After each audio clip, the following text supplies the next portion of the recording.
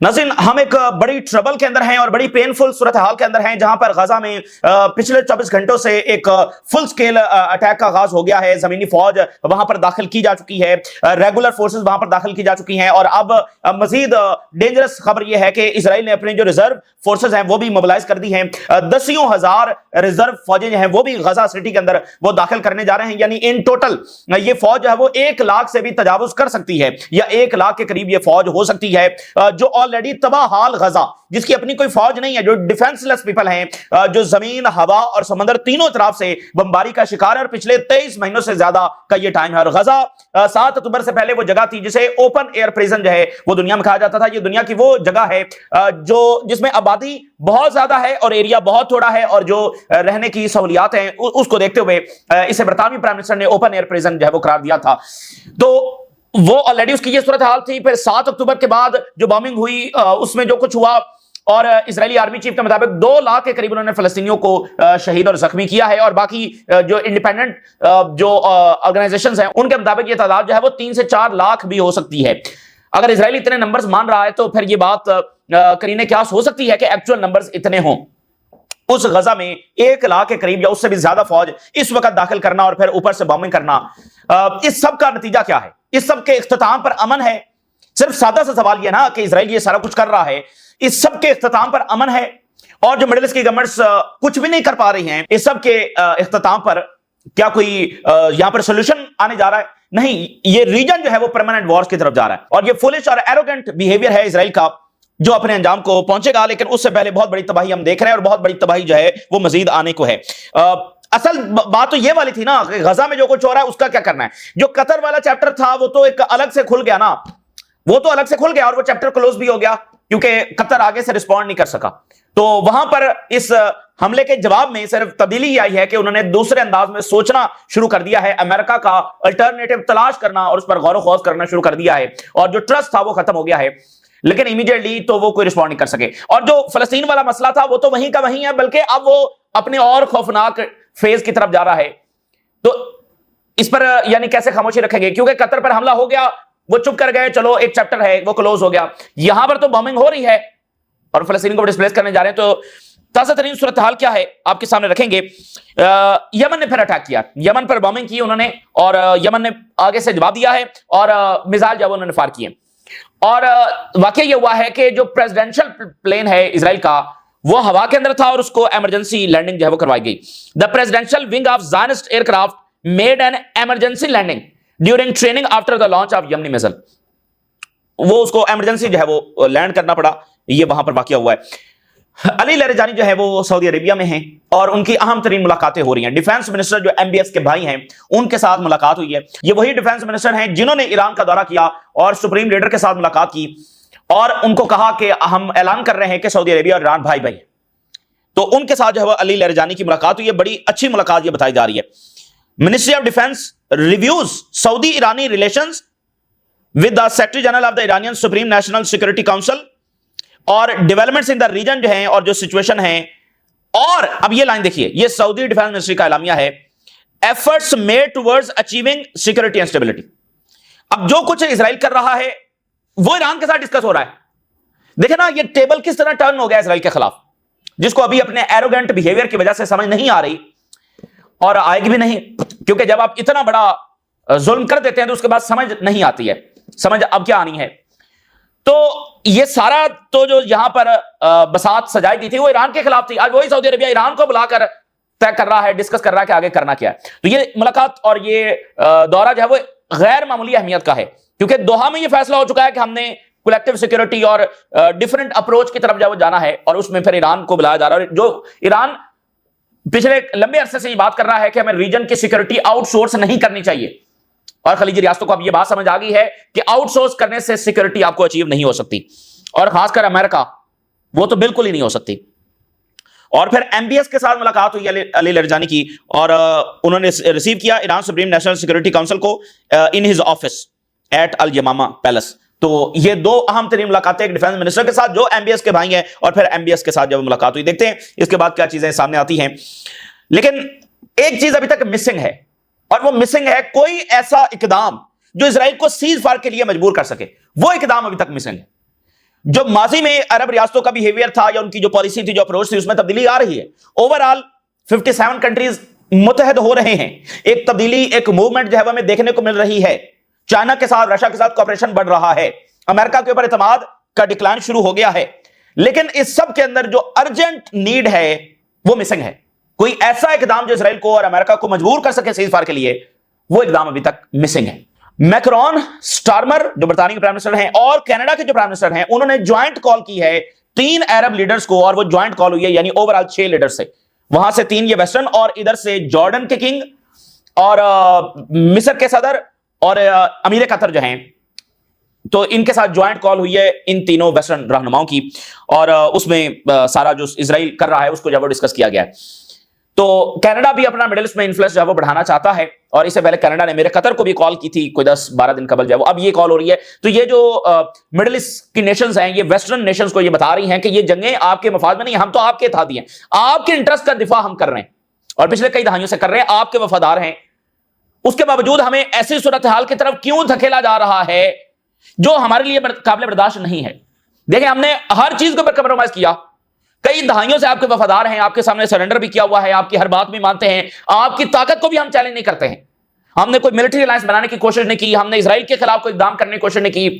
आपका दिल था कि ईरान को एक खतरा डिक्लेयर किया जाए और उसके खिलाफ जंग की जाए, हम उसमें भी आपके साथ रहे। आपने इराक पर हमला किया, शाम पर किया, आगे पीछे हम बिल्कुल खामोश रहे, और फलस्तीन में जो कुछ हो रहा है वो 2 साल से उधर भी खामोश थे, और अब्राहम अकॉर्ड भी की है जिसमें फलस्तीन की कोई शर्त भी रखी। यानी आपको खुश करने के लिए हम हर उस लेवल के ऊपर गए। तो अब हमें एक ऐसी सूरत हाल की तरफ क्यों धकेला जा रहा है, और ये मुसलसल जो कुछ गजा में हो रहा है, हम कितनी देर जब वो खामोश बैठे रहें और कितनी देर अवाम को और जो अपनी ड्यूटी है उसको डिनाई करते रहें और उसको कॉर्नर करते रहें, उस पर पर्दा डालते रहें।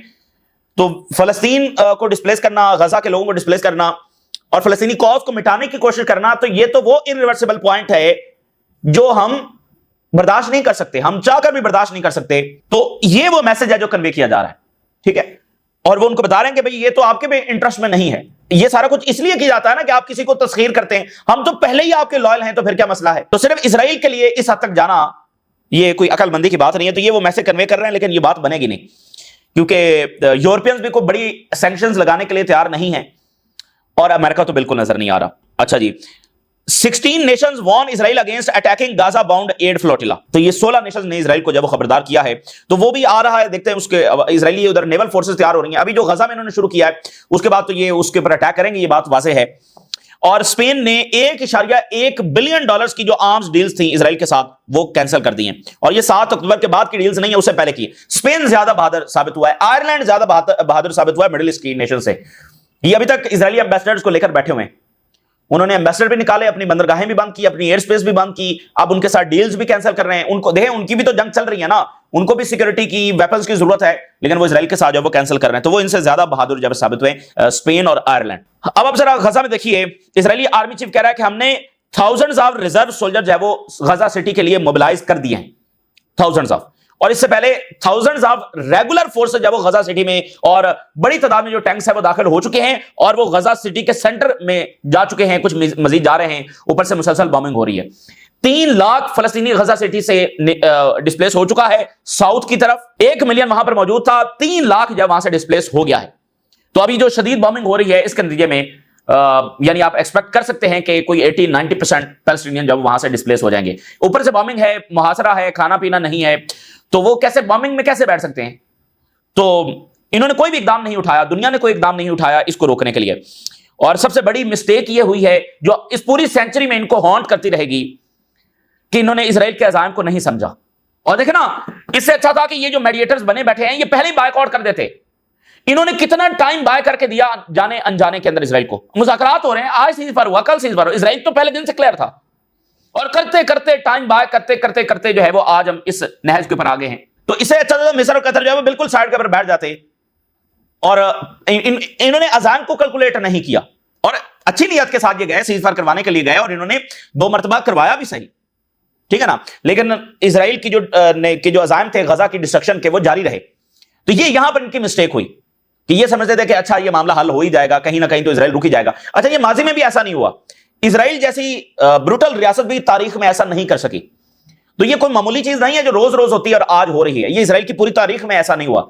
فلسطینیوں کے ساتھ انہوں نے ایسا کبھی بھی نہیں کیا جو کچھ آج، یعنی پوری دنیا کا سسٹم انہوں نے اڑا کے رکھ دیا ہے. اور ٹرمپ کی سٹیٹمنٹ دیکھیے، if Hamas use the hostages as human shield we will open the gates of hell on them. Gates of hell ابھی بھی غزہ پر کھلنے ہیں، اور یہ پتہ نہیں کتنی بار یہ شخص جو ہے یہ الفاظ غزہ کے لیے استعمال کر چکا ہے. مطلب انسانیت تو بس دنیا سے رخصت ہو ہی گئی ہے. تو یا تو یہ دنیا پر اسرائیل رہے گا تو یا پھر یہ اینڈ آف ٹائم ہوگا. یہ دونوں چیزیں ساتھ ساتھ چل نہیں سکتی ہیں. ابھی بھی غزہ پر گیٹس آف ہیل اوپن ہوتے ہیں. یعنی کوئی امریکی صدر ایسے الفاظ فلسطینیوں کے حوالے سے استعمال نہیں کر سکا. کوئی امریکی صدر ایران پر حملے کی گرین لائٹ نہیں دے سکا، کسی خلیجی ریاست پر حملے کی گرین لائٹ نہیں دے سکا. یہ ٹرمپ کا اپنا ہی خاصا ہے جو دنیا میں جنگیں رکوانے کے لیے آیا ہوا ہے، اور نوبل پیس پرائز کا ابھی دعوے دار بھی ہے. Israel unleash massive ground assault into the heart of the Gaza city. یعنی آپ ان کے ذرا جملے سنتے جائیں، گیٹس آف ہیل غزہ پر اوپن ہم کر دیں گے. تو اسرائیل کے اندر سے ایک بیان آپ کے سامنے رکھتے ہیں. اسرائیلی ڈیموکریٹک پارٹی کا لیڈر کہہ رہا ہے کہ نیتن یاہو نے یہ جو نیا اگریشن شروع کیا ہے that will eliminate Israel in order to stay in power. تو یہ بات بھی اپنی جگہ پر طے ہے کہ اس کا رزلٹ گریٹر اسرائیل نہیں ہوگا، اور اس کا رزلٹ یہاں پر کوئی فتح نہیں ہوگی اسرائیل کی، ٹھیک ہے نا، یہ کولیپس ہوگا. لیکن اگین یہ بات اسرائیل نہیں سمجھ سکتا، کیونکہ اس کا مقصد ہی کوئی یہاں پر کوئی ایگزسٹنس نہیں ہے. وہ ایک ایکسٹریمسٹ آئیڈیالوجی کے اوپر کھڑا ہوا ہے جو کوئی ایگزسٹنس کے اوپر بلیو ہی نہیں کرتی ہے. حالانکہ اسرائیل کے لیے بڑا گولڈن چانس تھا. ریجن اسرائیل کو تسلیم کر لیا تھا، حماس نے تسلیم کر لیا تھا، اور یہ سب انہوں نے کیا جب یہ بہت سارا ظلم ڈھا بھی چکے تھے. تو ان کے پاس بہت گولڈن چانس تھا، لیکن ایک ایروگنس تھی، اور زمینی سسٹم تو فیل ہو چکے ہیں، اور یہ آسمان سے کوڑا برسے گا. اور دیکھیں گے آپ، یہ آسمان سے کوڑا برسے گا، یہ طے ہے. اسرائیل جو ہے وہ سیریا میں دروز کو ملٹری سپورٹ جب دے رہا ہے. Israel delivered military supplies to Druze in Syria. یہ آج اسرائیلی میڈیا کی رپورٹ ہے. تو سیریا میں یعنی کہ اسرائیل کسی بھی وقت جو فرنٹ کھول سکتا ہے. وہ دروز کو اسلحہ دے رہا ہے. کس لیے اسلحہ دے رہا ہے؟ تو اب جب غزہ میں وہ اس حد تک جا چکے ہیں، یمن پر وہ بامبنگ کر رہے ہیں. لیبنن کا فرنٹ میں آپ کو بتا دوں بالکل اس کے اوپر کھڑا ہوا ہے، کیونکہ اسرائیل مسلسل بامبنگ کر رہا ہے. سیریا کا فرنٹ، اور ویسے بھی ریجن میں اسکلیشن ہوگی.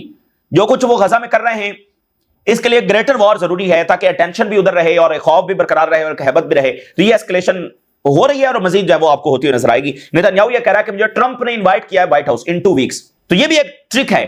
اب وہ خبریں چلنا شروع ہو جائیں گی، ٹرمپ نے بلا لیا ہے نیتن یاہو کو، وہ آ رہا ہے، اس سے سیز فائر ڈسکس ہوگا، فلانا ہوگا، اور اس درمیان جو ہے یہ بامبنگ جاری رہے گی. جب سے ٹرمپ آیا ہے اور اس سے پہلے بائیڈن، آپ دیکھ لیں ایک ہی پیٹرن ہے. ادھر سے اگریشن جاری رکھنا، ساتھ سیز فائر کا. اب چونکہ وہ قطر میں تو سیز فائر ہو نہیں سکتا، یعنی جو نیگوسیشنز ہیں وہ ہو نہیں سکتے، تو اب جناب وہ وائٹ ہاؤس جا رہا ہے، اور 2 ہفتوں کے بعد جائے گا. لیکن اس درمیان خبریں یہ ساتھ ساتھ چلتی رہیں گی کہ سیز فائر ایفرٹس ہو رہی ہیں، فلانا اور فلانا. یہ سب پہلے دن سے ہم اپنا موقف رکھتے رہے ہیں. بہت سارے لوگ ہیں جو اس کو اس انداز میں بیان کرتے ہیں کہ یہ آج سیز فائر ہوا، کل ہوا، پرسوں ہوا.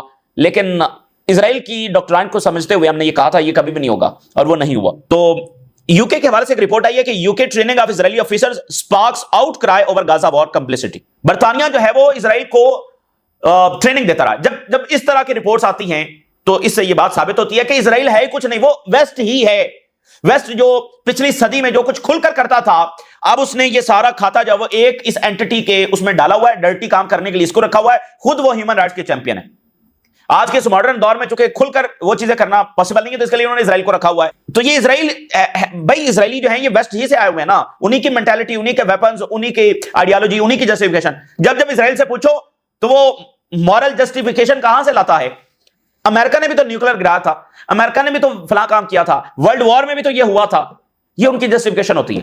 تو جب یہ باتیں سامنے آتی ہیں، یعنی برطانیہ کنڈیم کر رہا ہے، یہ کر رہا ہے، وہ کر رہا ہے، ادھر سے اسرائیلی فوج کو ٹریننگ دے رہا ہے. تو یہ ویسٹ ہی ہے، اسرائیل اور کچھ بھی نہیں. اور اس نارتھ کوریا نے صحیح لکھا ہوا ہے، یہ ویسٹ کی ایک پراکسی ہے.